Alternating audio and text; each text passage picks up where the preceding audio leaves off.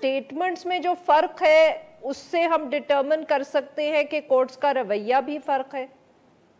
बिल्कुल, यानी देखें, हम जब कोर्ट के रवैये की बात करते हैं तो we are not talking of one particular court. हम जिक्र कर रहे हैं पाकिस्तान की आला अदलिया का। पाकिस्तान की आला अदलिया में सुप्रीम कोर्ट भी है, पाकिस्तान के आला अदलिया में हमारे हाई कोर्ट्स भी हैं। इनके फैसलों में अगर आप देखें तो एक तरफ निहाल का केस है, एक तलाल का केस है, दानिया अजीज का केस है। वहां पे तो उन सबको कंटेम्प्ट लगा दी गई थी, वहां पे तो कोई रिकंसिलिएटरी मोड नहीं था, बल्कि माफियां भी अगर मांगी गई तो वहां माफी भी नहीं मांगी गई। लेकिन कुछ केसेस में फटाफट माफी दे दी जाती है।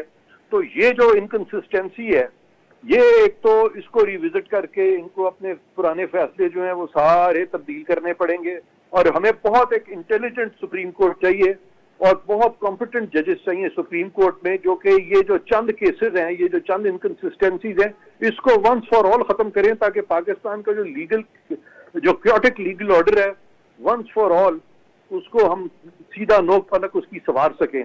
और ये वाकई अनफॉर्चुनेट, आप देखें ना, यूसुफ रजा गिलानी साहब का जो केस था कंटेम्प्ट का, पाकिस्तान की हिस्ट्री का सबसे वो जो बदनुमा धब्बा है वो यूसुफ रजा गिलानी साहब का केस था कि उन्होंने कॉन्स्टिट्यूशन की जो सही पोजीशन थी वो ली, जो कि बाद में कोर्ट को माननी पड़ी, और उसी वजह से राजा परवेज अशरफ साहब के खिलाफ फिर वो कोर्ट प्रोसीड नहीं कर सका।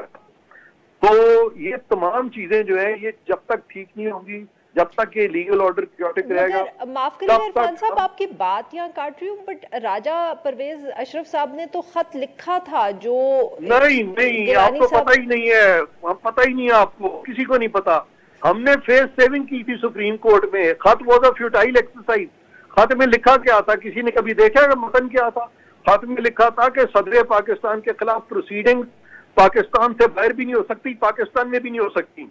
तो जब ये लिख दिया तो खत की वक्त क्या थी? It was a futile exercise. Supreme court की फेस सेविंग की थी। एनआरओ केस में उनको इतनी गलत असिस्टेंस मिली थी कि उनसे गलत फैसला हो गया था।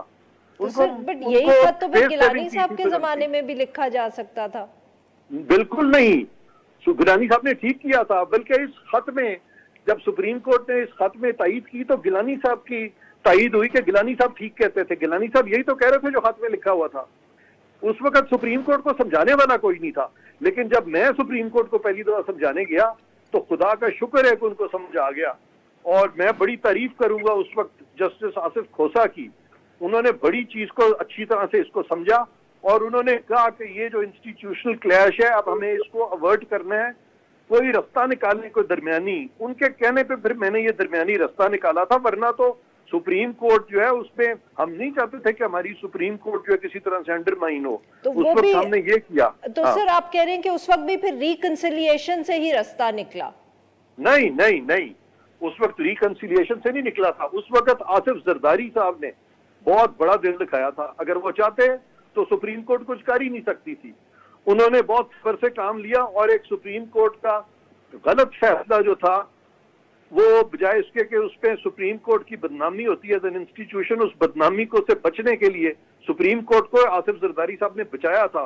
और मैं समझता हूं कि आसिफ जरदारी का बहुत बड़ा एहसान है सुप्रीम कोर्ट ऑफ पाकिस्तान पे कि उस वक्त उन्होंने उस वक्त की सुप्रीम कोर्ट को बचा लिया और ये जो चिट्ठी है इस तरह से तहरीर की जिससे कि एक दरमियानी रास्ता निकला और सुप्रीम कोर्ट बच गया। वरना अगर वो उनमें अपनी अना के पीछे जाते आसिफ जरदारी साहब तो आप सोच नहीं सकती कि सुप्रीम कोर्ट का कितना नुकसान हो जाता।